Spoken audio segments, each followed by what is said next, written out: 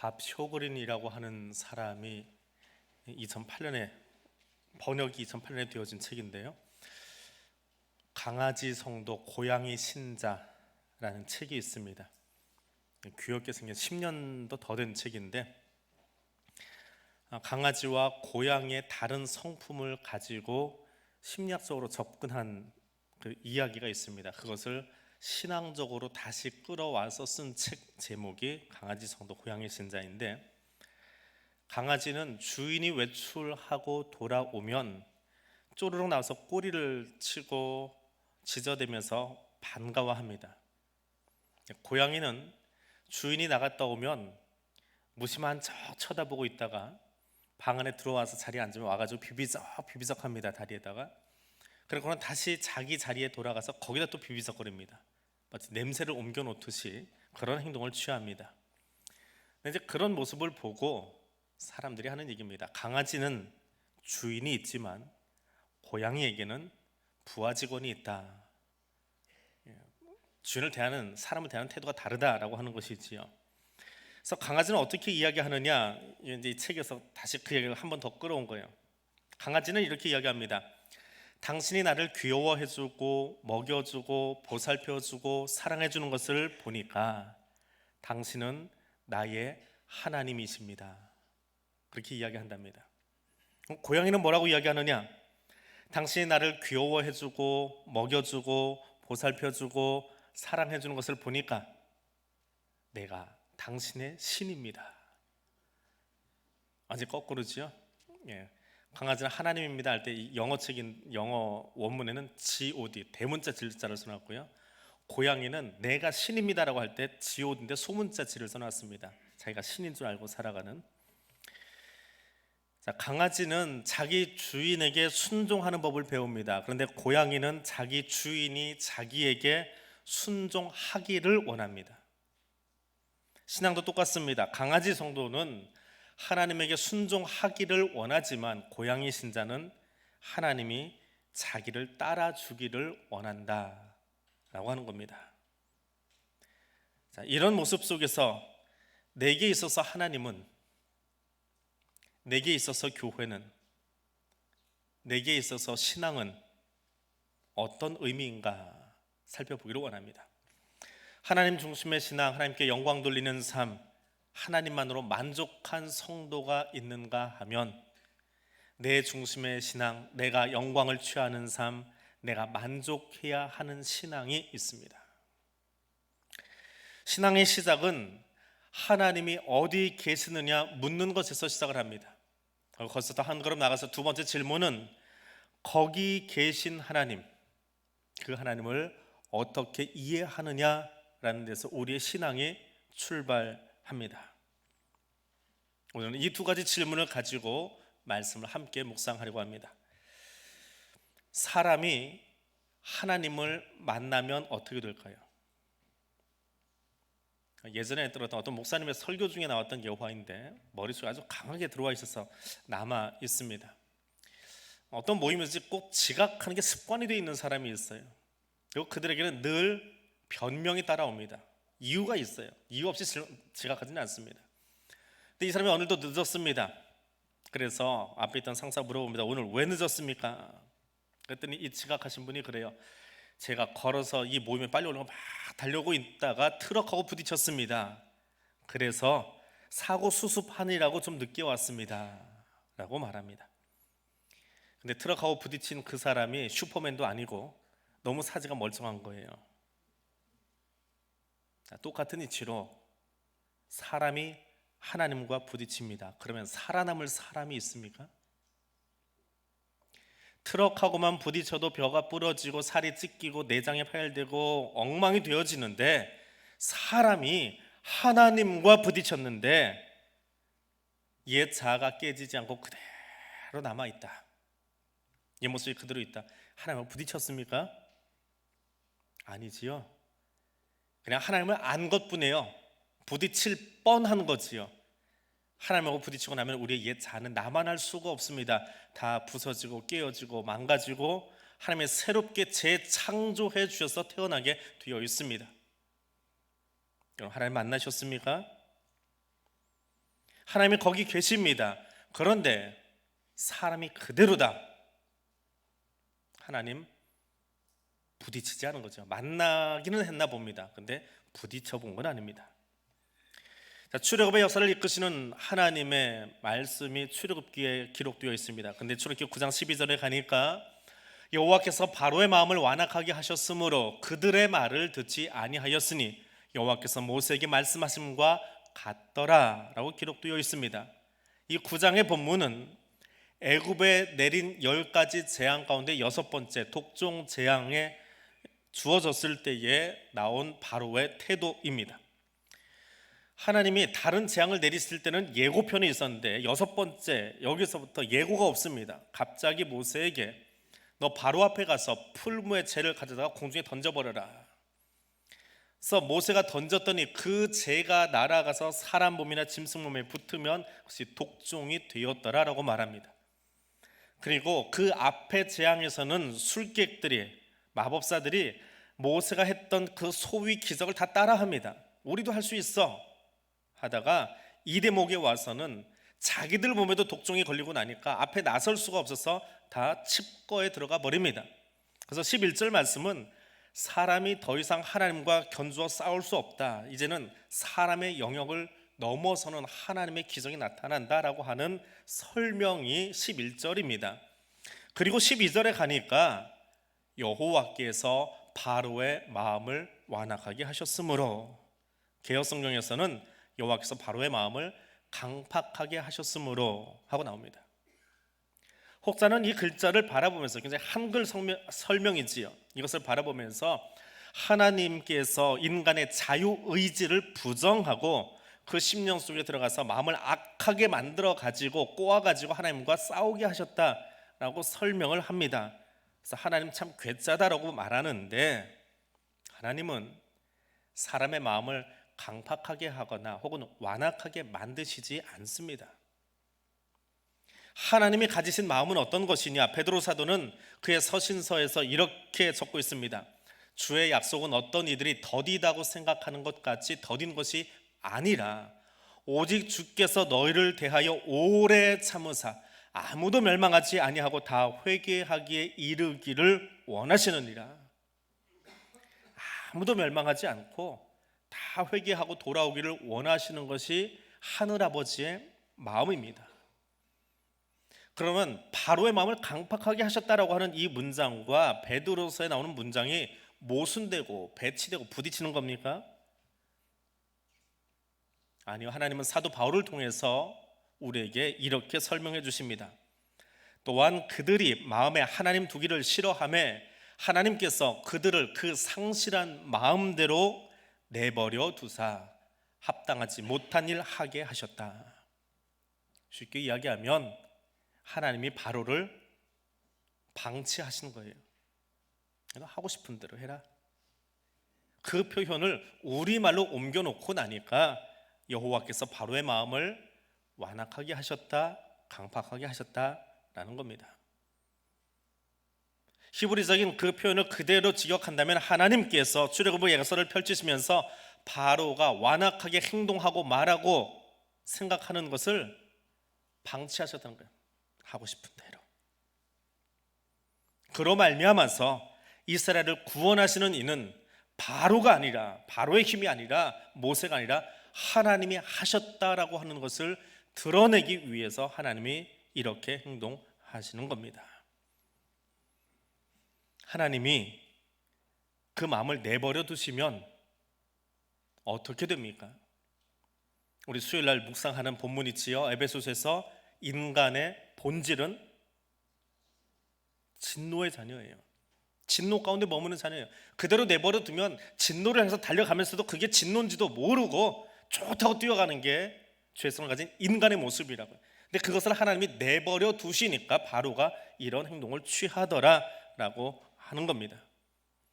그런데 여호와께서 바로의 마음이 완악해지도록, 완악하여 가도록 방치하셨다, 우리말로는 완악하게 하셨다 혹은 강팍하게 하셨다, 이 구절이 출애굽기에만 13번 나와요.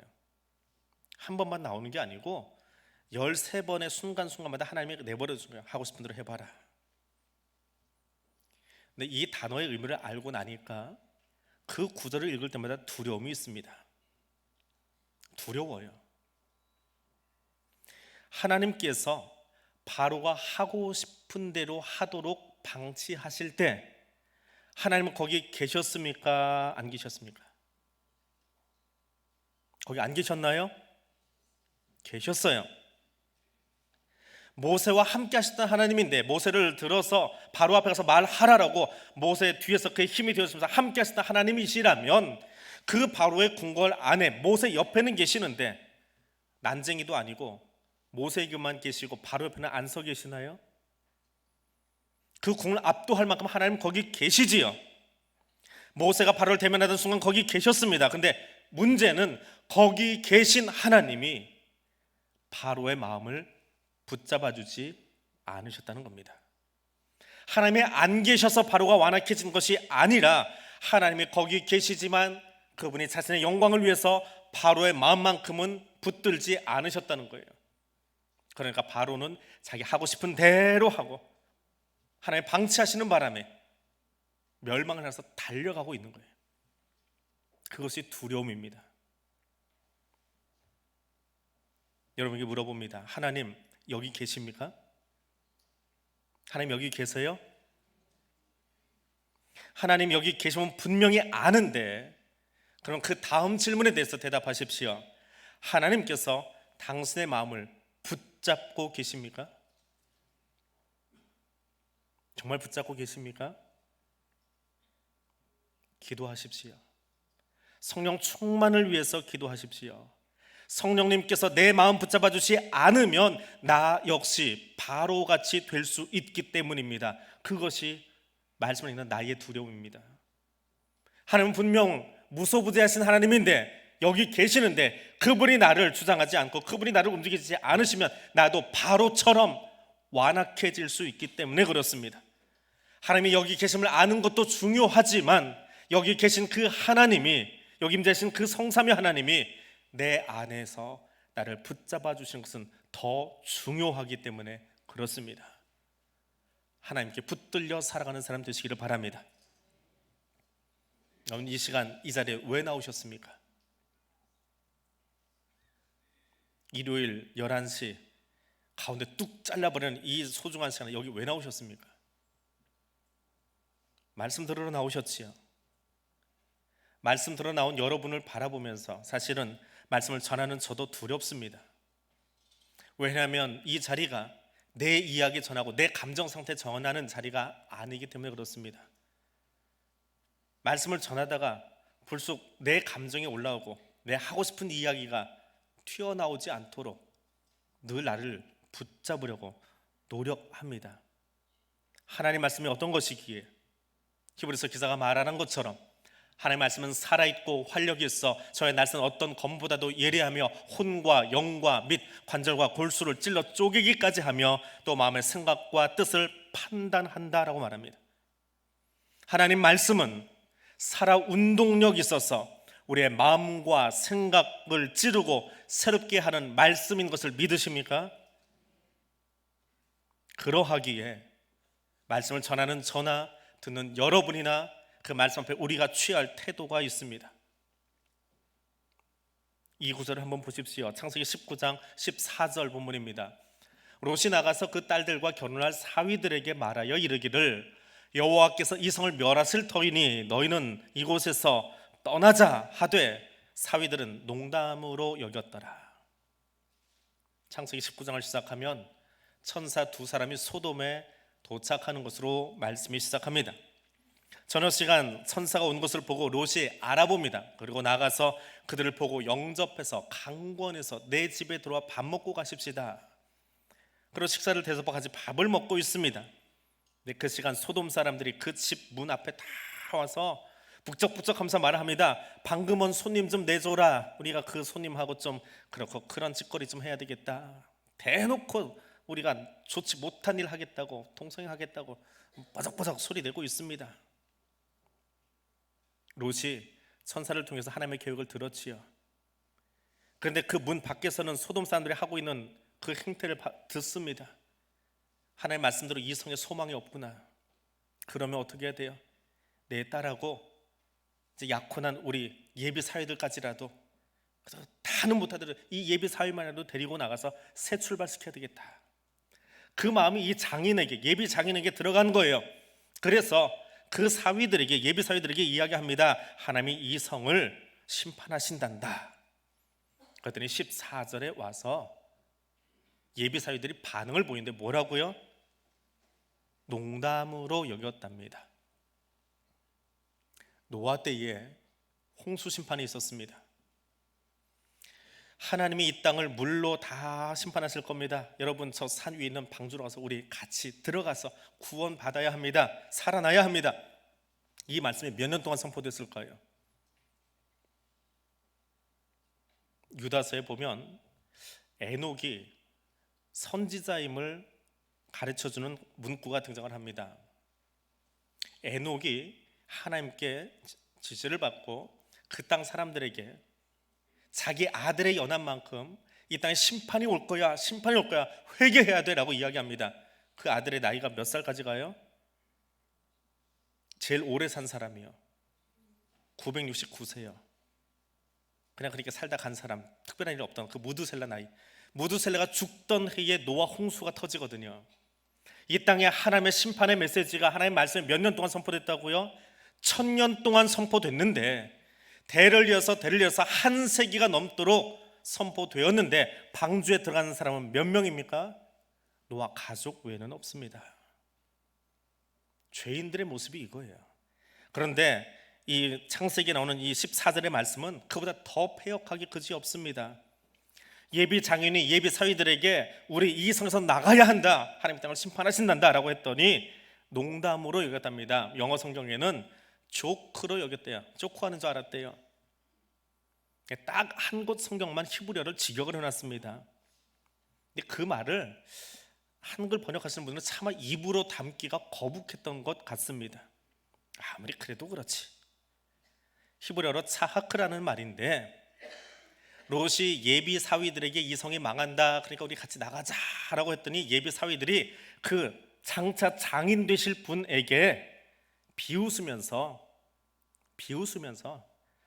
그 장인어른의 말투, 그가 더듬었는지 말을 빨리 했는지 뭐 어떻게 했는지 몰라요. 아무튼 그 장인어른의 말투도 흉내내면서 그를 조롱했다라고 하는 말이에요. 그게 차하크라는 말입니다. 우리 한글 성경은 좀 유교적인 모습으로 이렇게 깔아놓은 게 있어요. 그래서 정중하게, 아무리 그래도 어떻게 사위가, 예비 사위가 장차 장이 되실 분을 조롱하고 비웃어. 그래서 조금 순화시킨 게 농담이에요. 실제 말은 그게 아니에요. 아이 장인어른, 말이 되는 소리 하세요. 어떻게 큰 성이 하루 만에 망합니까? 노망이 드셨나? 그렇게 말하는 거 아니에요. 그리고 장인을 놀렸대요, 조롱했대요, 비웃었대요. 장인이 한 말이 지금 어디서 나온 말인데요? 하나님이 주신 말씀인데 그 말씀을 비웃었다는 표현입니다. 여러분, 이 대목을 보면서 똑같은 질문을 한 번 더 던져봅니다. 소돔성에 하나님 계셨습니까? 안 계셨습니까? 소돔성에 하나님의 말씀이 선포되었습니까? 안 되었습니까? 근데 왜 망했습니까? 왜 유황과 불이 빛처럼 쏟아지는 그곳에서 롯의 예비 사회들은 나오지도 못하고 다 불타 죽어버렸습니까? 하나님이 안 계신 것도 아니고 말씀이 선포되지 않은 것도 아닌데 말입니다. 왜요? 말씀을 듣고 경홀히 여겨서, 가볍게 여겨서, 비웃어서 말씀을 걷어차버려서요. 전도지 들고 나갔다가 누군가 팩하고 꼬리치고 던져버린다고 생각해 보십시오. 누가 불쌍한 거예요? 배척당한 전도인이 불쌍한 겁니까? 걷어차버린 지나가는 사람이 불쌍한 겁니까? 말씀이 선포되고 주어지고 있는데 걷어찬 그 사람, 그 영혼이 불쌍한 거 아니에요? 내가 창피한 게 아니에요. 전도지 나눠주다가 거절당한 내가 창피한 게 아니라 그걸 거절하고 죽어가고 있는 그 영혼이 불쌍한 거예요. 그것이 창세기의 말씀입니다. 이 말씀을 한번 주목해 보십시오. 요나서 3장에 나오는 본문입니다.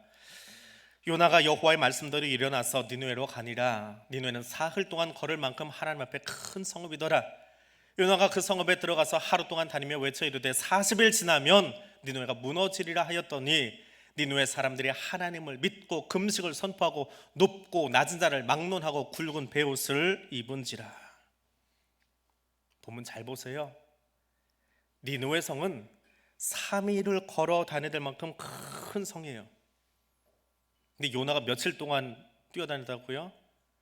하루 만에 그 성을 지나갔대요. 왜 그렇게 갔을까요? 앞으로 40일이 남았는데 왜 하루만 전하고 말았을까요? 이놈의 성 망해버렸으면 좋겠다. 그게 요나 마음이에요. 이거 망해버렸으면 좋겠다. 그래서 내가 지금 전하긴 하지만 나는 전했어, 흉내냈어. 근데 너희가 대충 좀 듣고 못 알아듣고 그래서 넘어갔으면 좋겠어. 그래서 3일 길을 하루 만에 뛰어면서 대충 전했어요. 말씀 전하는 사람은 어떻게 했다고요? 대충 전했어요. 흘려 전했어요. 그런데 니느웨 사람들은 어떻게 들었어요? 진지하게 들었어요. 하나님의 말씀을 두려워하면서 들었습니다. 그래서 왕으로부터 시작해서 짐승까지 죄를 무서워 다 앉아서 회개하였답니다. 하나님의 말씀을 두려움으로 듣고 믿었더니 회개의 역사가 나타났더라라고 하는 겁니다. 물론 니느웨의 회개가 온전하지 않았기에 저 뒤에 다시 또 다른 예언자를 통해서 완전한 멸망을 하나님이 선포하긴 하십니다. 그러나 요나서만 놓고 보세요. 니느웨를 향해서 하나님이 가셨던 심판이 전하는 자는 대충 전하는지 모르지만 듣는 자가 진지하게 듣고 그 말씀대로 회개하고 섰더니 집행 유예되었습니다. 멸망의 선언이 유예되었습니다. 똑같은 질문을 다시 던집니다. 하나님 여기 계십니까? 하나님 지금 이 자리에 임재해 계십니까? 여러분 귀에는 하나님의 말씀이 들리고 있습니까? 그 하나님의 말씀을 두려움으로 내 가슴판에 새기기 위해서 애쓰고 계십니까? 말씀은 들려주고 가슴을 찌르고 있는데 그대로 살지 못한 것 때문에 가슴을 치면서 하나님 내가 아직도 이래요. 예수 믿은 지 얼마 됐는데 아직도 이렇게 안 변하고 있어요. 나 좀 바꿔주세요라고 몸부림치면서 하나님 앞에 서 있습니까? 시편 기자는 이렇게 찬송을 부르고 있습니다. 여호와를 경외하며 그의 길을 걷는 자마다 복이 있다라고 말입니다. 하나님을 두려워하고 그 말씀을 들으며 그 말씀을 팔로우하는 사람, 따라가는 사람, 그 사람이 복이 있어서 수고한 대로 먹고 마시며 자녀들이 복을 받고 자녀 손이 복을 받게 되어진다. 이 복의 근원이 어디 있다고요? 하나님을 두려워하고 그 말씀을 팔로우하는 사람, 따라가는 사람, 경외하는 그 사람이 복이 있답니다. 오늘 설교의 제목은 평문으로 되어 있지만 사실은 질문입니다. 하나님 거기 계십니까? 하나님 거기 계십니까?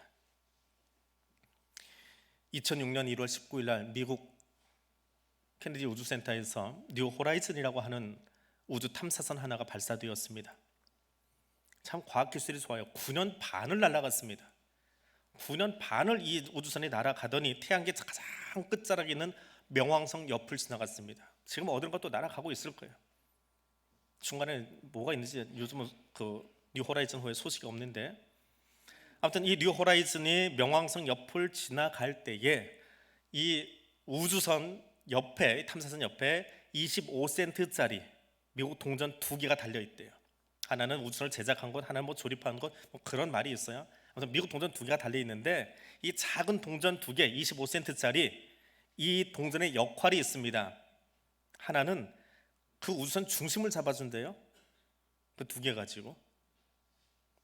또 하나는 명왕성을 돌고 있는 위성이 몇 개 있습니다. 지구에 달이 있듯이 명왕성을 도는 위성이 있는데 호라이즌호가 어딜 지나가냐 하면 그 위성들 가운데 가장 큰 카론이라고 하는 위성 옆을 지나갑니다.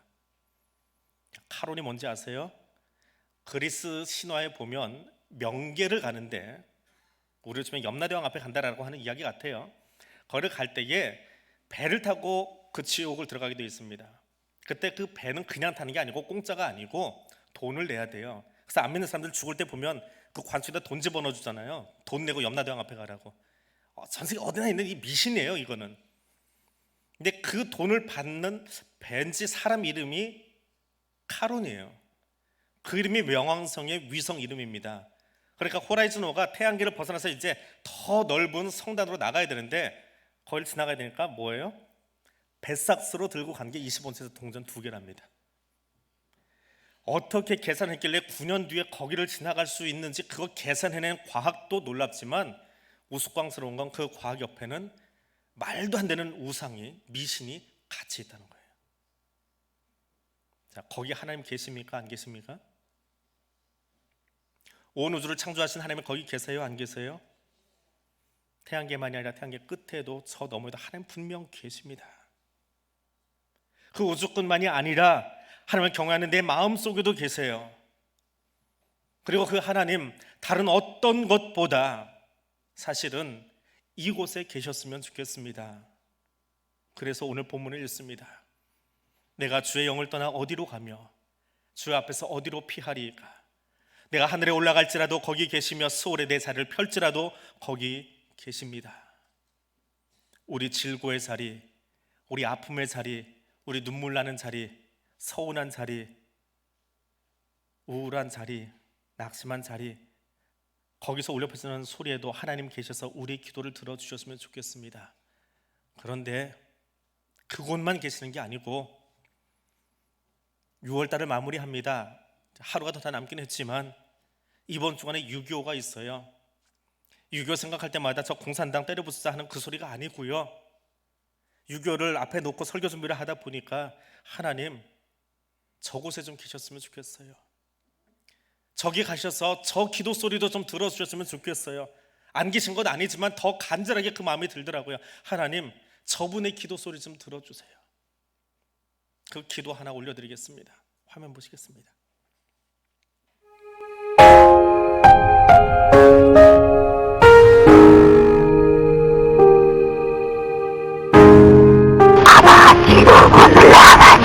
저희가 다 무너졌습니다. 이제 양 빨고 기다리 빨고 사탄은 아버지 교회 다 무너진 이때에 아버지 다시금 신론과 진리에 번된 교회가 살아나게 하시는 오늘날 얼마나 많이 순교했습니까? 피에 기초가 되고 십자가의 그리스도의 표가 아버지여 구원의 표가 되어서 이 민족을 아버지 구원하니 이 민족을 바르시게 하리라 하시려고 아버지 역사하는 역사에 인성이 야들이 나섰습니다.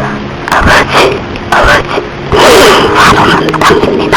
아버지 만든 교회의 피로써 순교의 피사람들이 오늘 다 살아있고 아버지 보관하시고 역사하시는 주의 보혜사가 나타나신 줄 압니다.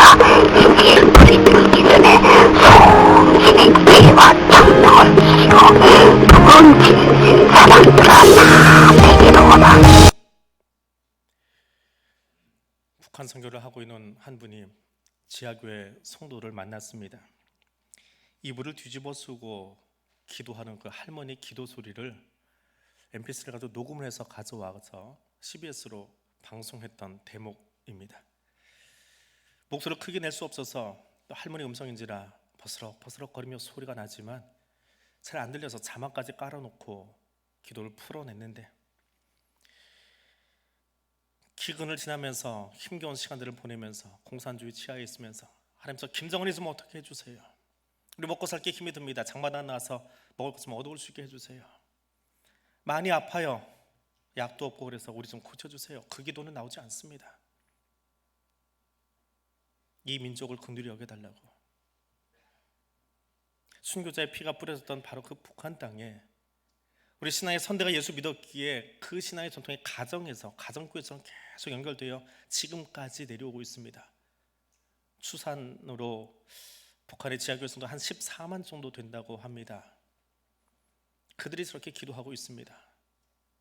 순교자들이 뿌려놓았던 그 피가 식지 아니하도록, 그것을 가지고 이 살얼음 같은 북한 땅, 이 사름 같은 이 땅에 그리스도의 계절이 올 수 있기를 원해서요. 그리고 저 뒤에 기도들이 계속 이어지는데요.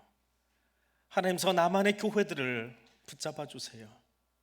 저 나만의 교회들이 회개하고 설 수 있게 도와주세요. 나만의 교회가 바로 서지 않으면 북한 땅을 세워줄 수 있는 사람이 아무도 없기에 하나님, 저들을 긍휼히 여겨주시고 저들을 세워주십시오라고 기도합니다. 오늘 우리는 어떤 기도하고 있습니까? 에어컨 틀어놓고 이 좋은 자리에 앉아서 하나님, 내 건강 위해서, 내 자녀 위해서, 우리 집 위해서, 우리 땅 위해서도 기도하지만 끊어진 한반도를 위해서 눈물로 기도하고 계십니까? 저 기도수를 들을 때마다 내 자리가 얼마나 사치스러운 자리인지요. 이렇게 편한 거 다 주셨음에도 불구하고 도리어 저 북한 땅에 할머니 한 분이 나만의 교회를 회복시켜달라고 하나님께 온전히 돌아와서 이민족 살릴 수 있는 것 나만 교회밖에 없으니까, 거기 기도하는 성도밖에 없으니까 세워달라는 너무 큰 기도의 빚을 지고 있음에 울지 않을 수 없습니다. 평양 땅에 하나님 계십니까? 안 계십니까? 분명 하나님 거기 계십니다. 그런데 한 번 더 하나님께 묻고 싶어서 제목을 잡았습니다. 하나님 거기 계십니다. 하나님 거기 평양에 계시지요?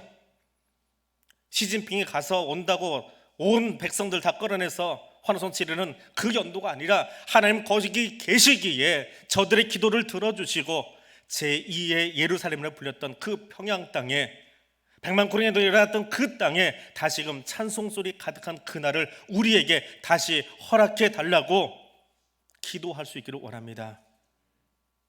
6.25 앞두고 공산주의 물러가게 해달라는 기도가 아니고요, 저 평양 땅의 기도를 하나님 들어달라고 기도하면 하나님이 이 땅 한반도를 회복시켜 주실 줄로 믿습니다. 오늘 그 빚진 자의 마음으로 그 책임감 가지고 우리 함께 기도하겠습니다. 하나님만을 경외하고 따르며 예수 십자가 복음만 붙들고 증거하는 교회와 성도가 될 수 있기를 원합니다.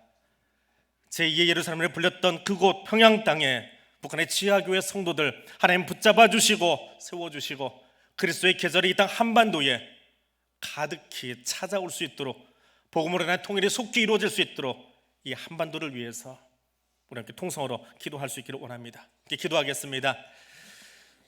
거룩하신 하나님, 내가 하늘에 올라갈지라도 하나님 거기 계시며 스올의 대사를 펼치라도 하나님 거기 계십니다. 하나님, 여기 우리 기도하는 이 대한교회 이 자리에도 하나님 계시지만 지금 이 시간 평양 땅에도 그곳의 치하교회 성도들 입을 뒤집어 쓰고 목소리도 내지 못하는 그곳, 그 기도의 자리에도 하나님 계시는 줄 믿습니다. 하나님, 저들의 눈물의 기도를 들어주시기를 원합니다. 이 땅의 교회가 바로 서야만 하나님 이 한반도가 회복되어지며 이 땅의 복음을 통한 통일이 이루어질 수 있음을 알기에 그 믿음 가지고 기도하는 하나님 그 성도들의 기도 소리에 들어 응답해 주시기를 원합니다. 우리는 기도의 빚진 자들입니다. 우리는 순교자들이 흘렀던 그 피 위에 이 교회를 세웠고, 그리고 그 피값으로 세워주신 이 교회에서 우리 지금 예배 드리고 있습니다. 하나님, 오늘 여기 앉아 예배 드리며 기도하는 우리들 하나님만을 경외하며 두려워하며 하나님 말씀을 따라가며 그 말씀을 가슴에 심고 나아가는 자 될 수 있도록 붙들어 주시기를 원합니다. 더불어 하나님, 지금도 저 북녘 땅에서 우리를 위하여 함께 기도하는 우리의 동역자, 우리의 친구들, 우리의 한 동포된 사람들, 특별히 지하교회 성도들을 위해서 중보하며 기도하오니 주여 저들을 붙잡아 주시옵소서. 그 질고의 자리에서, 그 어려움의 자리에서, 그 소울 같은 자리에서도 오직 그리스도의 계절이 오기를 원하여 간구하고 있는 그 기도 소리에 하나님 응답하여 주시옵소서. 그래서 우리의 기도가 하나님을 움직이고 이 땅을 움직이고 여기 하나님이 기뻐하신 나라로 세워져 갈 수 있도록 우리 교회를 주여 사용하여 주시옵소서. 하나님만을 경외하는 교회, 하나님 말씀을 두려워하며 그것을 따라가는 성도 될 수 있기를 원합니다. 기도에 빚진 자들입니다. 우리가 나눠준 것이 아니라 우리 끊임없이 저 북한의 지하교회 성도들의 기도의 빚을 지며 여기 앉아 있습니다. 6월 호흡보훈의 달을 지나며 평양 땅에 계실 하나님, 그 땅을 긍휼히 여기며 살펴보실 하나님, 그 땅을 한 번 더 안아달라고, 그리고 이 땅에 복음을 통한 통일이, 그리스도의 계절이 속히 오게 해달라고 우리 기도합니다. 그것이 우리 교회에 맡겨주신 하나님의 선교임을 알고 엎드려 기도합니다. 제 예루살렘에 불렸던 그 평양 땅에 찬송소리 가득한 그날 주여 속히 허락하여 주옵소서. 예수님 이름으로 기도드립니다. 아멘.